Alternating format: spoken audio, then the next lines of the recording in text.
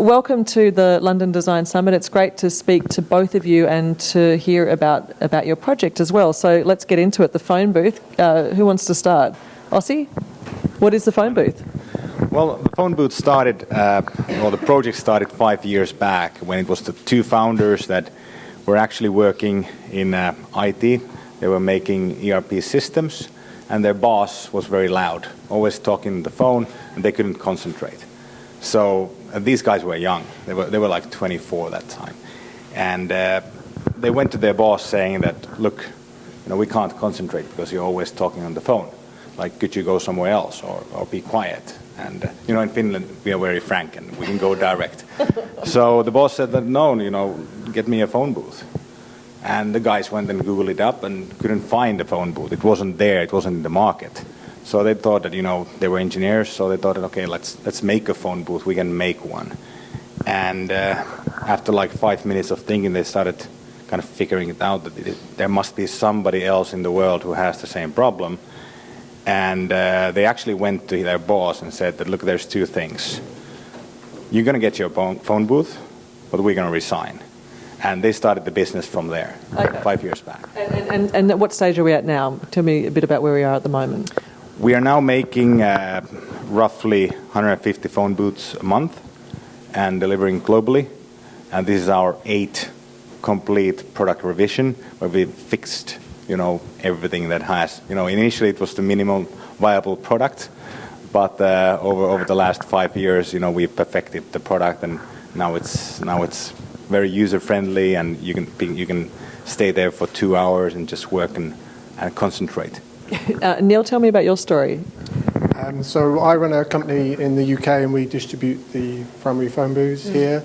These guys approached me around 2 years ago. I get a lot of emails from various products and countries around the world, which I generally ignore. But when this one landed in my inbox, I was like, wow, that is amazing. And it's perfect for our clients, especially in London. That every office has the same problem of acoustics. It's great that they've all gone open plan and clients are saving lots of money on real estate, but the noise is a massive issue. If you include Skype calls and phone calls and how much meeting space has been taken up by someone going into a meeting room with their phone, and meeting space is a premium, particularly in London. So it was the answer to my clients' problems. And so you guys work together, obviously, to start to distribute this product. So I look after the UK, and these guys have a worldwide distribution now. Okay. It makes me think of Get Smart and the cone of silence. Does anybody else remember that? Yes, great. I'm on my own here. 60s. So basically you're answering a problem that was already existing in the market by creating a design that can be transferable around the world in our sort of global office systems. So what's the challenge for you to try and, one, to get it out there, but also obviously to work across across countries, Neil?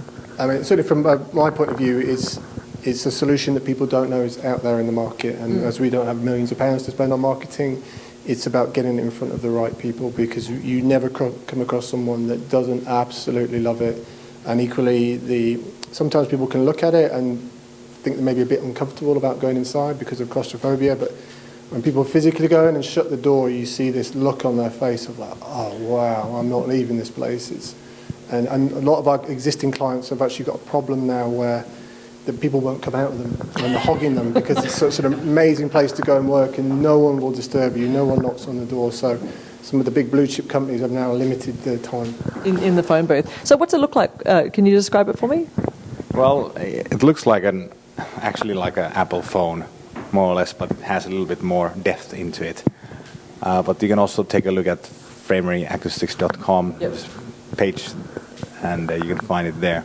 But it's a rather small footprint. It basically takes 10 square feet or 1 square meter. And the idea is that you have it very centrally located in your open plan office, so it's very easy to access. It looks actually pretty nice.